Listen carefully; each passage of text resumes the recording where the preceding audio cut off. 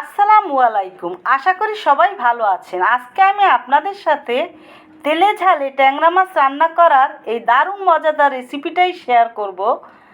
আর এই রেসিপিটা দেখে যদি আপনাদের কাছে ভালো লাগে, প্লিজ আপনাদের এই মূল্যবান সাপোর্ট আমাকে করার জন্য সাবস্ক্রাইব, লাইক, শেয়ার করবেন। আর আপনাদের এই সাপোর্ট পেলে ইনশাল্লাহ আমি আরও সুন্দর সুন্দর ভিডিও সামনে আপনাদের সাথে শেয়ার করব। আসুন ভিডিওটা তাহলে দেখি।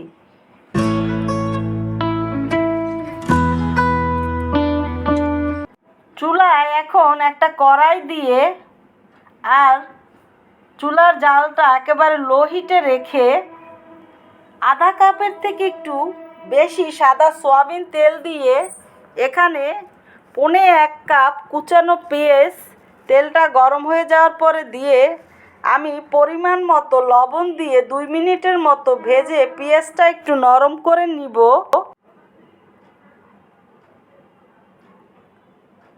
আমি এই মাছে কিছুটা আলু দিয়ে রান্না করব, সেজন্য এখানে মাঝারি সাইজের 3টা আলু আমি এভাবে কেটে ধুয়ে তারপরে এখন এই কড়াইয়ের ভিতরে দিয়ে দিয়েছি।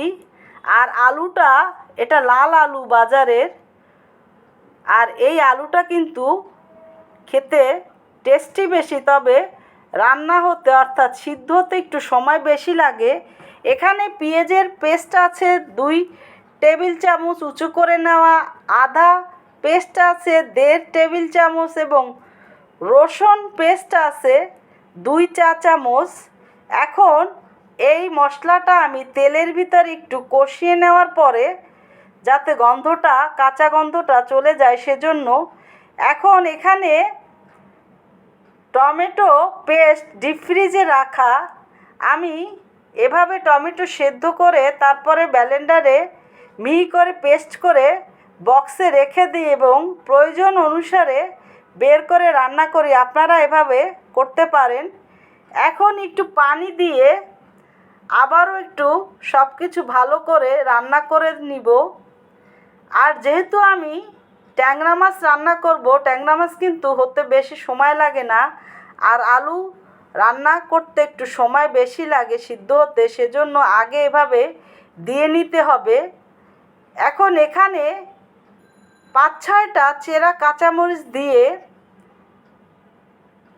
2 টেবিল চামচ হলুদের গুঁড়া, 2 টেবিল চামচ মরিচের গুঁড়া,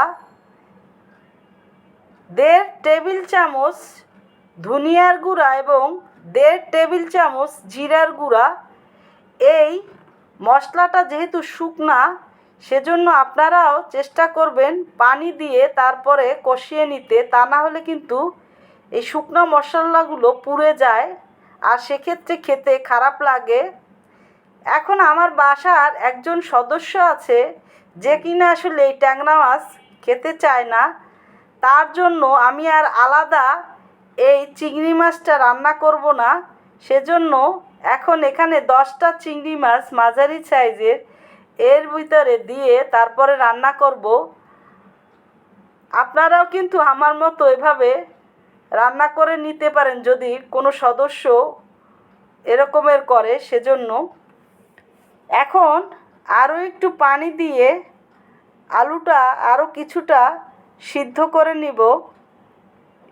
এখানে ডিম আছে মাছগুলোর ভিতরে, আধা কেজির থেকে একটু বেশি ট্যাংরা মাছ বড় সাইজের আমি এভাবে কেটে তারপরে লবণ দিয়ে ভালো করে মাছগুলো ধুয়ে নিয়েছি।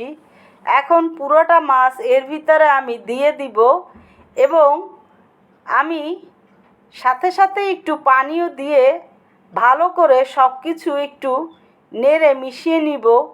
এই মাছগুলো যেহেতু নরম, সেজন্য দিয়েই সাথে সাথে তারপরে সব কিছুর সাথে নেড়ে একটু মিশিয়ে নিতে হবে, কারণ পরে কিন্তু ভালো করে এভাবে নাড়া যাবে না ভেঙে যাওয়ার জন্য। আর আমি যেহেতু এই মাছগুলো এরকমের ঝোল রেখে উঠিয়ে নিব, সেজন্য আমি আরও একটু পানি দিয়ে তারপরে রান্না করে নিব। আর চাইলে রান্নার শেষে আপনারা একটু ধনিয়া পাতা দিতে পারেন। তবে আসলে আমার বাসায় ছিল না, সেজন্য আমি ব্যবহার করিনি।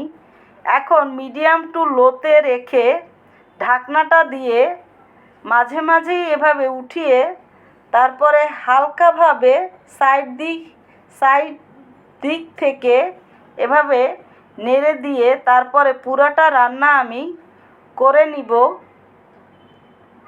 আপনারা আমার মতো এভাবে রান্না করে বাসায় পরিবেশন করবেন, ইনশাল্লাহ আপনাদের কাছেও ভালো লাগবে। এখন ঢাকনাটা দিয়ে আমি চুলাটা বন্ধ করে দিয়েছি এবং এই বন্ধ অবস্থায় আমি 10 মিনিট রেখে তারপরে পরিবেশন করে নিয়েছি, যেটা আমি ভিডিওর শুরুতেই আপনাদের সাথে শেয়ার করেছি ভাতের সাথে। আলুটা কিন্তু একেবারে সিদ্ধ হয়ে গেছে। এইভাবেই আপনারা আলু দিয়ে তারপরে চাইলে রান্না করে নিতে পারেন।